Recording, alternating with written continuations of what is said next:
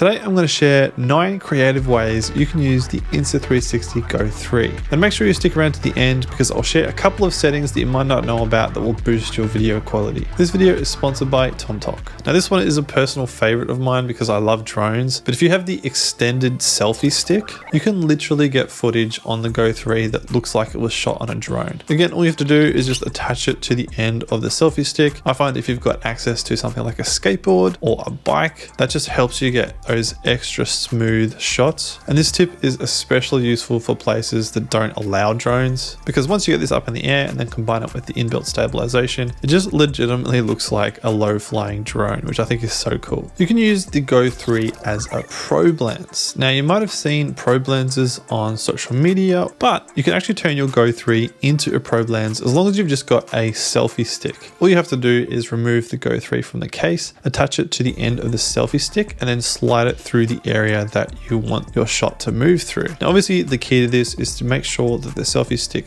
movement is as smooth and as still as possible. Using a slider is the ideal way to go, but if you don't have a slider, all you have to do is just rest the selfie stick on a smooth surface and just move it as slowly as possible. If you film on a higher frame rate in the free frame video mode, a lot of your little micro movements and jitters will be taken out by the stabilization, and then once you take it into post, you can even add another stabilizer and that will make your shot look super smooth. This next creative way to use the Go 3 is particularly relevant if you're into photography. Now you might have seen on Instagram or TikTok those videos where people have a point of view shot of their camera and then it cuts to the image that they've taken. Now with the Go 3, this is a super easy effect to achieve. All you have to do is just get a cold shoe mount for the top of your camera. And then from there, you can just clip on the Go 3, tilt it down so that your camera is in the frame. And then just as you're out and about shooting, record video on the Go 3 and then match it up with your photos. This is a great way to turn some of your photos into Instagram reels because we all know that Instagram loves those reels. Next up, one of my favorite and most easy to use features on the Go 3 is the time-lapse feature. Now on my previous DSLR and mirrorless cameras,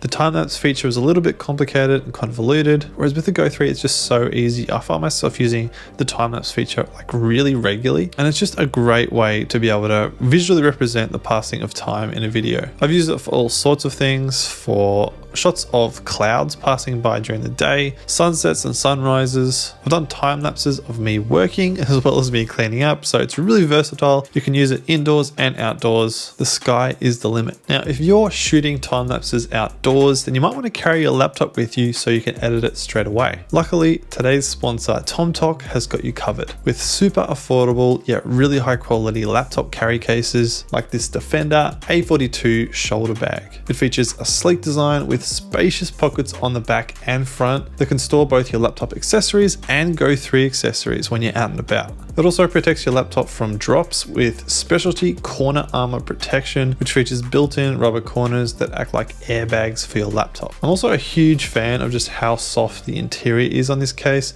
and I love that you can detach the shoulder strap if you just prefer to carry it briefcase style. I've been super impressed with TomTok gear. If you want to check it out, there's a link in the description. A super handy thing about the Go 3 is that it's really small and lightweight, which means it's perfect for overhead camera rigs. It's really easy to rig above your workspace. Now for this shot, I'm using a C-stand, and all I did was just attach the quick release clamp to the end of the C-stand and then just hung the C-stand above my desk. But you can really use anything that you can find around the house that you'll be able to suspend the camera from above your workspace.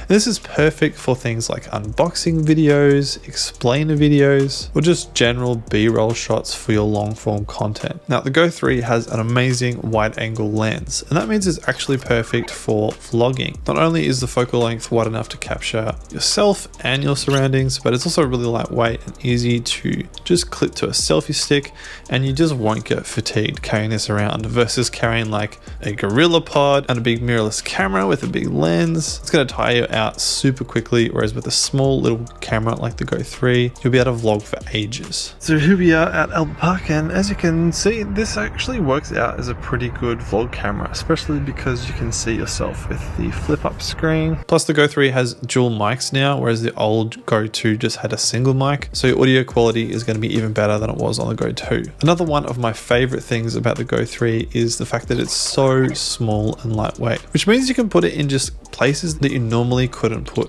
regular mirrorless or DSLR cameras. I've put mine in all sorts of places, like under skateboards, inside cups, inside cupboards and drawers, and you can get some super creative shots. I've seen some really creative things done with the Go 3 just because it's so small. Plus, if the place that you want to clip the Go 3 is some sort of metal, then the fact that the little camera is magnetic means you'll just be able to clip it in place and you don't even need the mount, which is super convenient. Now, arguably the most obvious and iconic creative way to use the Go 3 is the point of view shot. And this is super easy to achieve with a couple of the Insta360 accessories. The first is the hat clip, which you can use to easily mount the Go 3 to your head. And then there's also the magnetic pendant, which means you can clip the Go 3 onto your chest for some really cool POV shots. And again, you can get some really creative shots with this. For example, you can do shots where you're working at your desk. I've done some where I'm out and about on my skateboard. I've seen some really cool shots done while people are cooking, or just when you're out and about visiting interesting locations or you're on holidays. So like I promised, there's a couple of settings that you can change to maximize the video quality you get from your Go 3. All you have to do is just swipe down, then swipe across and go to the settings. And the first setting you want to check is the detail settings. Now, if you set it to medium, it won't be over sharpened and look really unnatural, but it also won't be too blurry, and it will just give you a really natural, nice looking amount of detail and sharpness. The other setting to check is your bitrate. Now, if it's set to standard, it will take up less space. However, if you want to get the maximum video quality from your footage, set it to high. It will take up more space, but you will get a better image in the end. Now, if you haven't actually got a Go 3 and you're trying to decide which Insta360 camera to get, then check out this video here where I compared the X3 and the Go 3. Other than that, I hope you have an amazing day, and I'll see you very soon in the next video.